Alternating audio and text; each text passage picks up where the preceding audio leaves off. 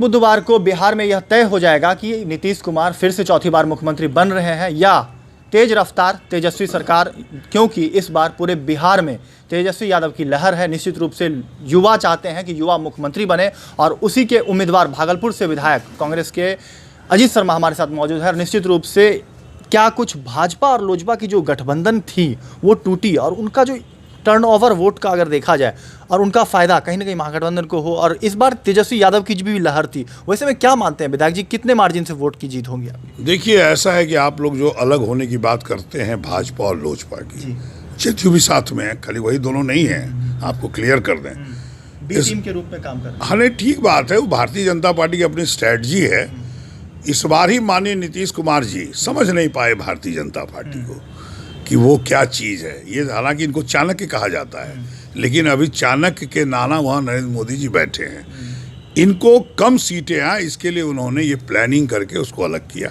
मेरा मानना है क्या किया है तो वो लोग जानेंगे लेकिन फिर भी साथ भी रहते तो कोई अंतर नहीं पड़ता।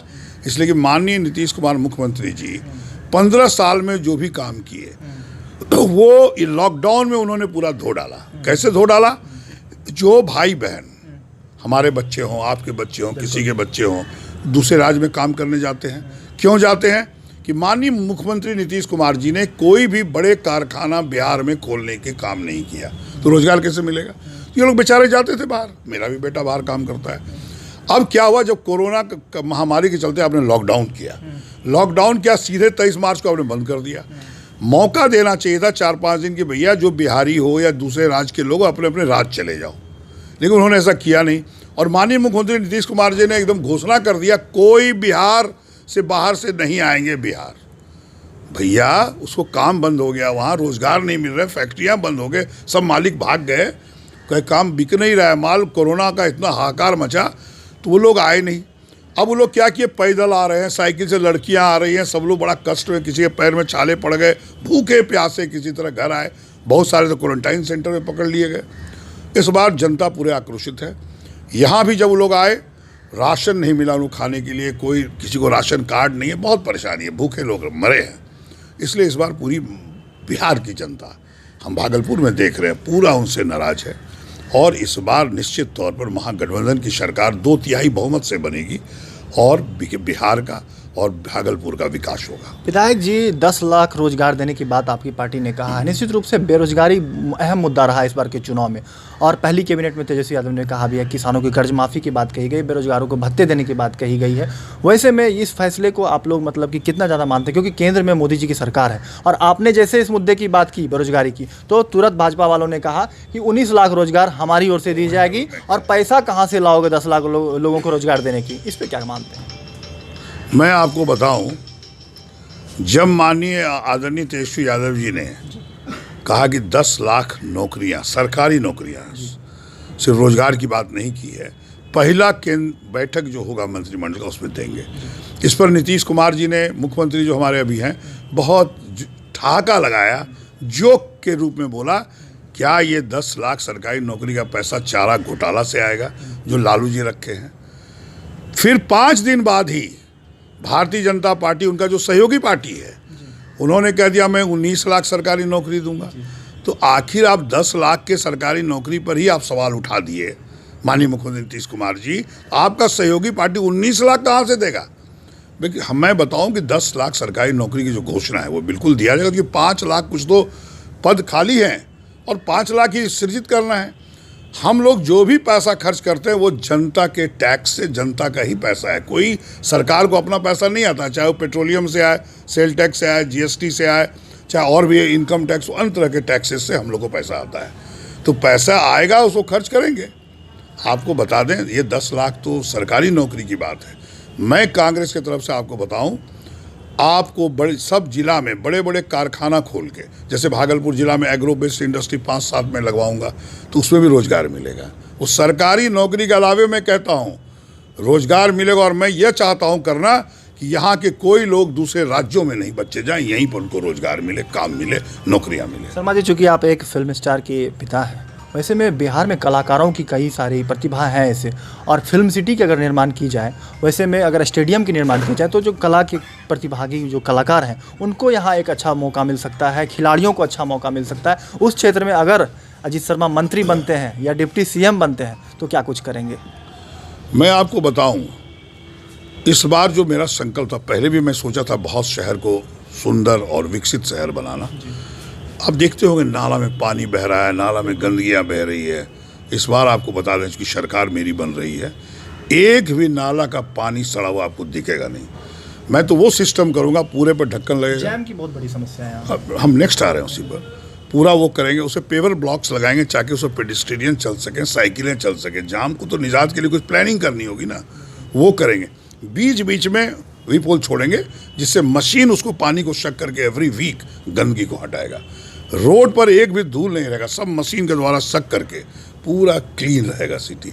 दूसरा बात है जाम से निजात। जाम से निजात विधानसभा में 2 फ्लाईओवर मैंने, घंटा घर से स्टेशन होते मुस्लिम स्कूल, फिर जवाहर टॉकीज के पास से चंपानाला पुल, ये भोलानाथ पुल। ये अब जो भोलानाथ पुल टेंडर के स्टेज में है 2 साल से, जब से भारतीय जनता पार्टी आई है उनके साथ कि दक्षिणी क्षेत्र मेरा वोटर है, इसको मत कीजिए, माननीय मुख्यमंत्री ने साइन नहीं किया।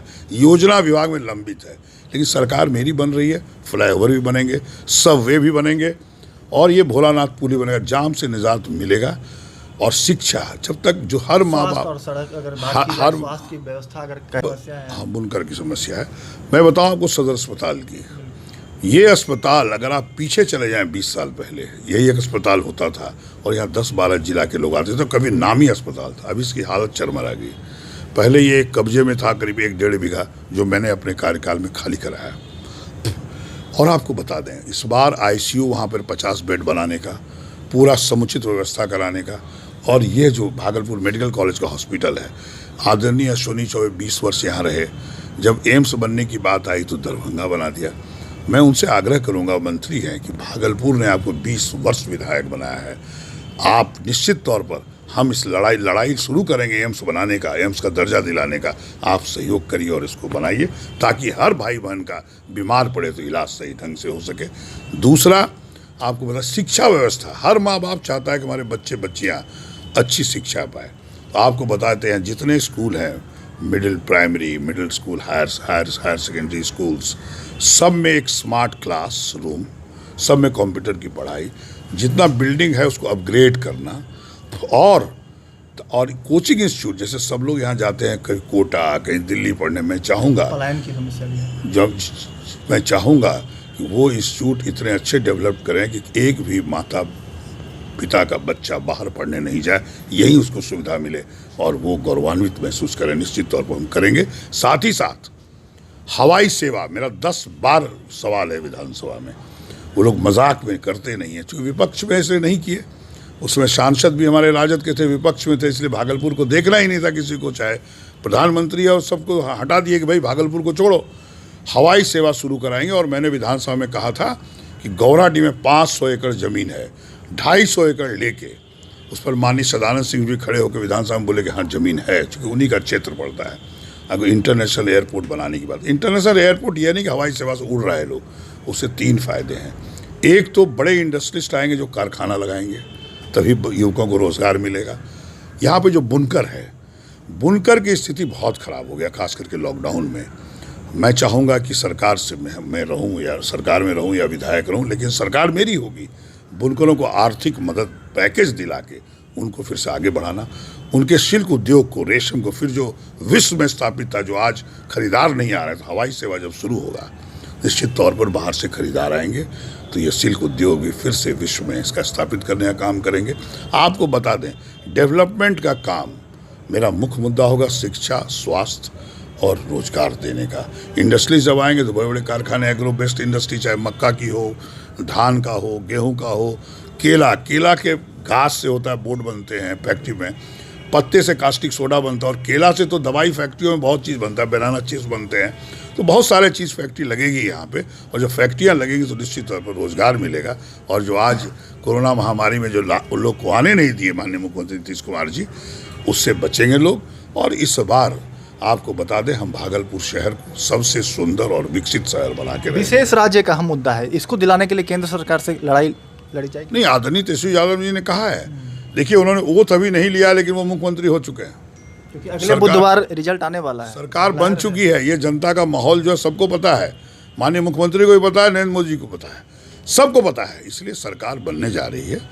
और यह मुद्दा जो है आदरणीय तेजस्वी यादव, आपने एक कहा था बेरोजगारी भत्ता, निश्चित तौर पर अगर काम हम नहीं दे सकते हैं और बच्चे बड़े हो गए हैं तो बेरोजगारी भत्ता उनको देना चाहिए, और नहीं दिएगा। विपक्ष का एक बहुत बड़ा सवाल है विधायक जी कि झारखंड में 1 साल हो गए सरकार बनने को, ये सब वादा किए थे वहाँ पर चुनाव में कि किसानों को कर्ज माफ़ी की जाएगी और बेरोजगारी भत्ता दिया जाएगा, प्रवासी मजदूरों को रोजगार दी जाएगी, कई सारे बेरोजगारों को रोजगार दी जाएगी, लेकिन कहीं ना कहीं विफल होती दिख रही है। ये बताइए, जो कांग्रेस की सरकार जहाँ जहाँ बनी, राहुल जी ने, हमारे आदरणीय राहुल गांधी जो है, उन्होंने कहा था कि कर्ज माफ़ी किसानों का सबका माफ़ी हुआ। कांग्रेस जो बोलती है वो करती है। मैं जो कह रहा हूँ, आप झारखंड से कंपेयर मत कीजिए। हम लोग की सरकार बनेगी और जो हम कह रहे हैं और जो आदरणीय तेजस्वी यादव जी कह रहे हैं, निश्चित तौर पर सारा काम होगा। हम लोग का प्रायोरिटी वही रहेगा। सरकार तो चलती रहती है, लेकिन यह काम नहीं करेगी तो सरकार किस काम का? सरकार आप जनता बनाती क्यों है, लोग को जिताती क्यों है? उनके कठिनाइयों को दूर करिए। अगर आप कठिनाइयों को ही दूर नहीं करेगा, उनकी ज़रूरत को पूरा नहीं करिएगा, फिर सरकार का कोई मतलब नहीं है। सनमार्ग लाइव की ओर से आपको ढेर सारी शुभकामनाएं और उम्मीद करता हूं कि अगले बुधवार को जब आपकी सरकार बनेगी और आप मंत्री बनेंगे तो सबसे पहले इंटरव्यू सनमार्ग लाइव को देंगे। बिल्कुल, आप आइए, देंगे। धन्यवाद। तो निश्चित रूप से अजीत शर्मा भागलपुर के विधायक हैं और आश्वस्त हैं जीत को लेकर, और इस बार तेज रफ्तार तेजस्वी सरकार बनने की उम्मीद है। निश्चित रूप से कई सारे बदलाव, कई सारे भागलपुर के लिए विकास का काम जो रुका हुआ है कई सालों से, इनका करने का दावा है और उम्मीद जताई जा रही है। लेकिन 10 नवंबर का इंतजार है। 10 नवंबर को बिहार में यह तय हो जाएगा कि आखिर फिर से एक बार नीतीश कुमार बनेंगे या तेज रफ्तार तेजस्वी सरकार, युवाओं को चहते तेजस्वी यादव मुख्यमंत्री बनेंगे और 15 साल बाद जो है वापसी होगी तेजस्वी यादव की। निश्चित तौर से बिहार बदलाव चाह रही है, रोजगार चाह रही है और इन्हीं सब मुद्दों पर चुनाव लड़ी गई थी। सनमार्ग लाइव के लिए भागलपुर से मैं कौशल कुमार।